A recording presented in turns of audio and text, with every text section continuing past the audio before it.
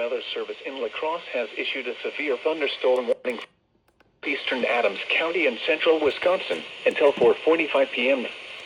At 4:12 p.m., a severe thunderstorm was located 8 miles east of Wisconsin Dells, moving northwest at 20 miles an hour. Hazard, 60 miles an hour wind gusts and quarter-size hail. Source, radar indicated. Impact, hail damage to vehicles is expected. Expect wind damage to roofs, siding, and trees.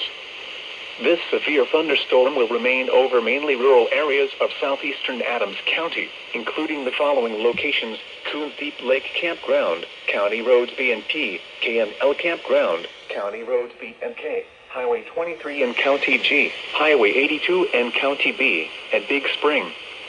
For your protection, move to an interior room on the lowest floor of a building.